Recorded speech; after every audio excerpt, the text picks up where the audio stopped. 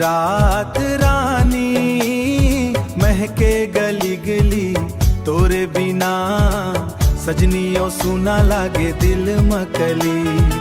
चांदनी रात में नाव गुनगुनावा आजा मोर संगी तोला बाहों में बसावा।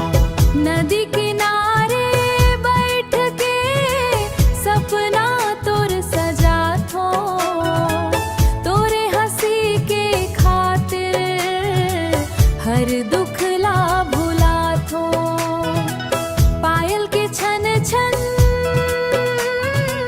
मोर नींद उड़ा दे, तोरे माया के जादू मोला अपन बना ले। तै मोरे रात रानी महके गली गली तोरे बिना सजनियों सुना लागे दिल मकली।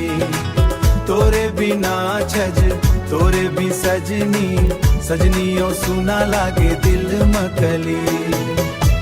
बरखा के बूंद जैसन धीरे धीरे आना,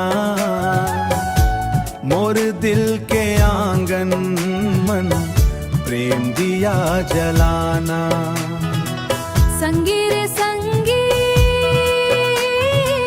जिंदगी संग निभावो, सातों जन्म तक तोर संग मुस्काबो।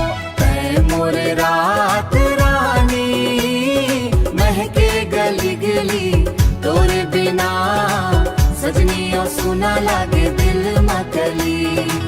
तोरे बिना छज तोरे भी सजनी सजनियों सुना लागे दिल मकली।